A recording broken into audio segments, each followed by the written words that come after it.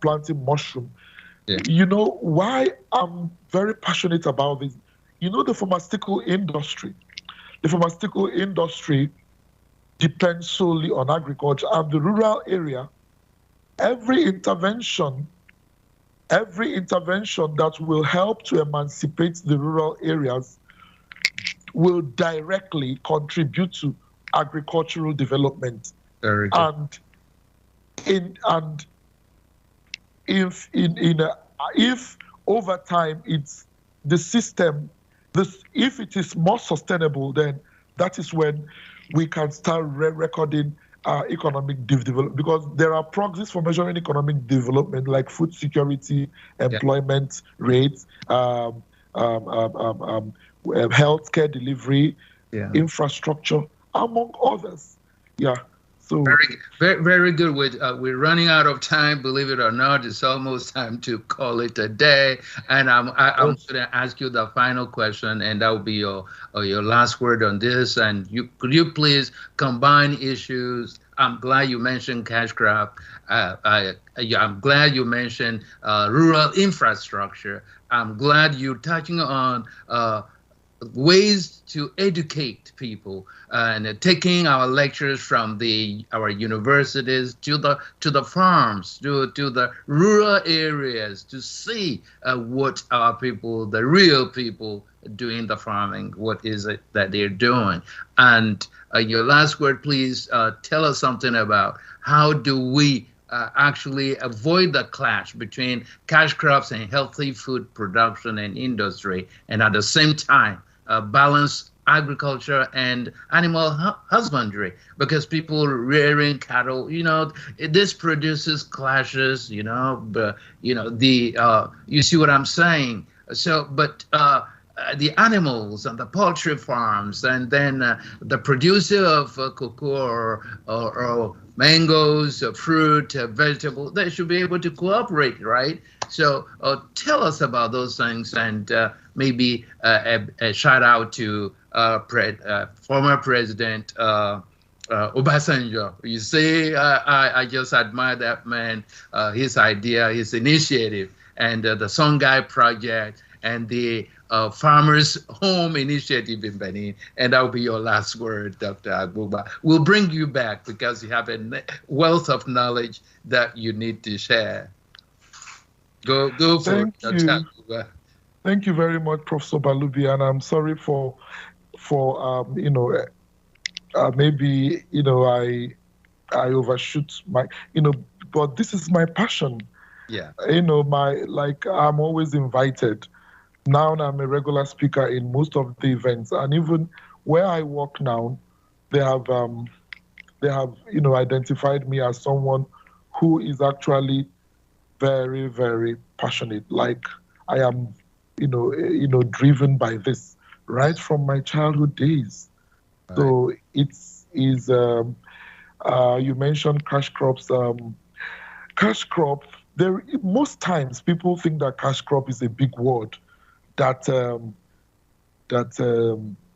typifies like special type of thing. Cash crop is just an agricultural crop that is grown for sale. Yeah. Sale to return a profit. Yeah. The reason why it's called cash crop is because it's of course wealth, foreign exchange earnings, and brings in a lot of money. Of course, those crops can be exported and brought, like it's high demand, like cocoa of Africa. Yeah. We sell our cocos a lot. But I'm not happy with that, because we need to start creating our factories now. We need to start building up. Only 30 seconds left. Sorry. We have only 30 seconds left. So go ahead. Oh, okay. Yeah. Seconds. Okay, let me just push it. No, okay. Now, the difference between food and industrial crop, because food crops align with healthy crops.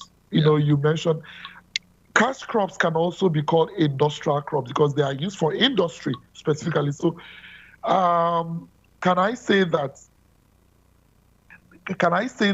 those cash crops, they have the instrumentality.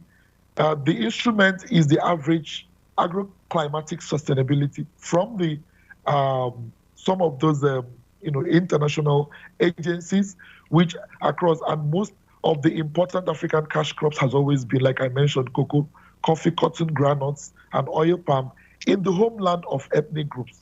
So, and I didn't even mention about Africa's, having multi-ethnic, multilingual, multiracial, everything is multi.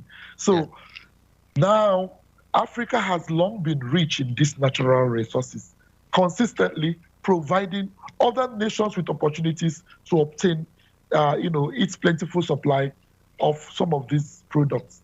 And genetically modified, aspect also helps farmers to combat the continent's climate, making their businesses to be more sustainable. So, and you mentioned also about Songhai Farm. And I wanted to say that Songhai Farm is an initiative which, explains your previous question on rural aspect. Songhai Farm has, lasted for many centuries now. And it's, right now it's undergoing a lot of, evolving with respect to meeting up with the current technology aspects that is trying to transform the agriculture sector. Now, how can we improve Africa's agriculture? I will stop by saying, because that is what actually we should be looking at. We should be very passionate about how can we improve Africa's agriculture sector, because since the agriculture sector is contributing to economic growth and development, the first point I want to say is the aspect of developing high yield crops. And when I was a diaspora expert at the Food Crop Production Technology Transfer Station, in one of the stations in my country, I was asked this question on how we can improve seeds. So I was telling them that we have to bring in some of those institutions like National Seed Council, trying to collaborate with some of, because it's also an intervention that will enhance food security. So increase research into plant breeding, which takes into account the unique soil types of Africa, is a major requirement. $1 invested in such research by the CGIAR Consortium of Agricultural Research Centers is estimated to yield about $6 in benefits. So secondly, boosting irrigation, because many farmers of Africa, like I mentioned, depends on rain. And how can we tackle food insecurity? How can we tackle poverty? How can we halve poverty to a reasonable extent? Is by making sure that there is food, in season and out of season, like now in dry season for the ECOWAS region. We need to provide irrigation. Also, another point is improving market access. We need to improve market access, regulations and government and governance. It's very important.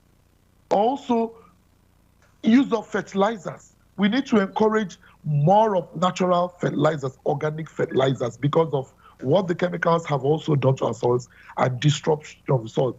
Now, I'll be very fast because of time. Now, the next one is making better use of information technology. It's very important. IT, we are in that era actually, and we have seen that if, for example, if we come into the rural environment and build a hub, why can't we build a hub, an IT hub in the rural environment? You will see it will start attracting investors. People will start leaving those cities that are overpopulated and where there is high crime rates, and coming back to warm up the rural areas. Very good. And encourage now also adopting. Sometimes we need to also think about the GMO crops. Where I am now, their country, they are investing in GMO. GMO is not totally bad. Some persons think that organic crops or organically produced livestock products or crop products, that they are healthy. it doesn't mean they are healthy, but it just tells us the way it is cultivated. Now, if they have a medical advice for them not to eat products from the organics or not to eat products from the GMOs, then they can either go the other way, depending on. So GMO crops does not mean that it's unhealthy, because the adoption of GM crops in Africa has remained limited. Of course, resistance from overseas, abroad customers, particularly in Europe, has been a hindrance. But with Africa's rapid population growth, high-yield GM crops that are resistant, to weather shocks will provide an opportunity for Africa to address food insecurity. And then, last but not the least, reforming the land ownership issue, which we had talked about, the land ownership, because a lot of farmers need, they don't have lands, they don't have the right to land, farmland. So, and of course, it will enhance productivity and inclusiveness in mind. And then, lastly, I mentioned it before, value chain. Very good. Thank you so much. Thank you so much, ladies and gentlemen. As you can tell, this professor is so passionate. We can have him here for hours. He will be talking about serious things that we need to do. He's asking questions and he's providing answers to the questions, and he's making suggestions. There's so much we can discuss under agriculture and development in Africa. Thank you for coming to share this. I think we will.